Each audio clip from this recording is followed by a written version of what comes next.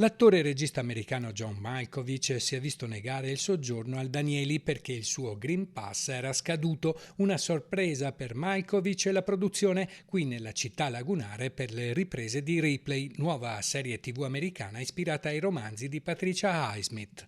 Uno stop per rispettare le regole previste dalla normativa anti-Covid. Chiunque voglia alloggiare nel nostro albergo deve possedere il Green Pass, ha confermato Gianrico Esposito, il direttore dello storico hotel di lusso affacciato in riva degli Schiavoni a 200 metri da Piazza San Marco. La limitazione, per rispettare le regole, trova il consenso dell'intera associazione albergatori di Venezia.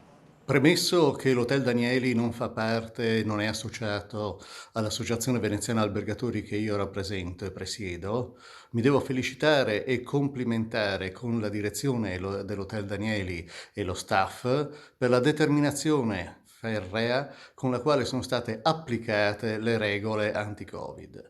Esistono direttamente dei protocolli che devono essere osservati da chiunque senza deroghe e senza eccezioni.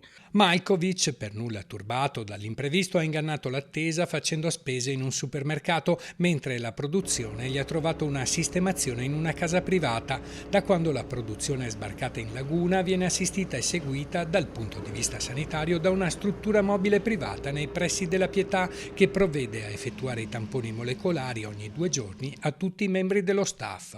Le riprese di Ripley, rinviate di un anno a causa della pandemia, sono iniziate in autunno. Primo Ciak ad Anzio, poi a Napoli, quindi in Costiera Amalfitana, ora l'approdo a Venezia, dove i Ciak verranno realizzati in tanti campi e campielli e anche all'interno del Danieli.